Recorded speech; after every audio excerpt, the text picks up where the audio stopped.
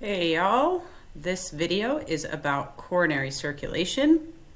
So we talked about the anatomy of the heart, and we talked about how the heart works as a pump to supply oxygen-rich blood to the body's tissues and then bring back deoxygenated blood so that it can be sent to the lungs to pick up more oxygen, and so on and so forth. What we did not talk about is the fact that the heart itself is a tissue, an organ comprised of tissues that requires its own blood supply. So we have what is called coronary circulation. And as a broad overview, the way we can think about it is we are supplying oxygen-rich blood from the aorta to the coronary arteries and to the walls of the heart, or the myocardium. And then from the myocardium, we drain deoxygenated blood through the cardiac veins and back into the right atrium. And this is really important.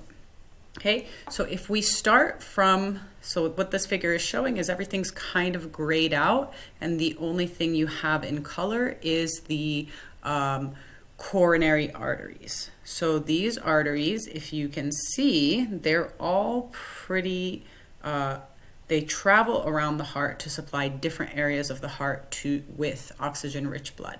Okay, and these are the main pathways. So if we start in the ascending aorta, right here, just superior to this aortic semilunar valve, what we have is the right coronary artery and then the left coronary artery, or the RCA and the LCA. The RCA, both of them travel in the sulcus called the coronary sulcus, right?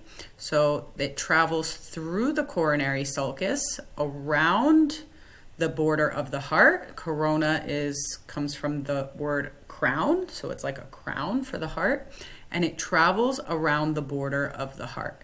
The right coronary artery, what you need to know here is that the right coronary artery is going to split into two main arteries. The first one is the right marginal artery right here, which is going to supply oxygen-rich blood to the right border of the heart. And then it travels around the posterior side and into the posterior interventricular artery. Your textbook calls it the posterior interventricular artery. You also see it in clinical settings. It's also called the posterior descending artery. Okay, so just don't get confused if you see it called the PDA, or posterior descending artery, or the posterior interventricular artery. I will call it what your textbook calls it on quizzes and exams, just to keep it, just to be consistent. Okay, so that's the right side of the heart. The posterior interventricular artery, as you can see, is in the interventricular sulcus, right? So it is in between. It supplies blood supply to both the right and left ventricles.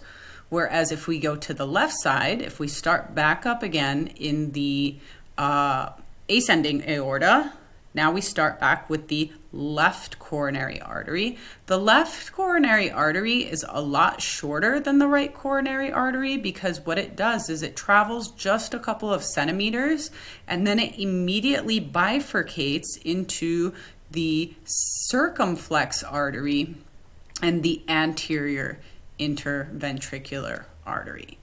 Okay, so that is coronary blood supply to the heart. And then if we look back, if we look at draining blood from the heart, okay, so there are three major veins. The first one is the great cardiac vein, which travels alongside the anterior interventricular artery and travels to the posterior and drains into the coronary sinus. So that's the great cardiac vein. The second one is the middle cardiac vein, which travels along the posterior border in the interventricular sulcus along the posterior interventricular artery and also drains into the coronary sinus. And then the third one is the small cardiac vein, which travels nearby to the right marginal artery into the coronary sinus. All right, so blood supply to the heart goes through coronary arteries, and then venous drainage goes through the cardiac veins. There are 3 you need to know, and that one sinus, and they all dump into the right atrium. Okay, so that is our video on coronary circulation. That was painful to record.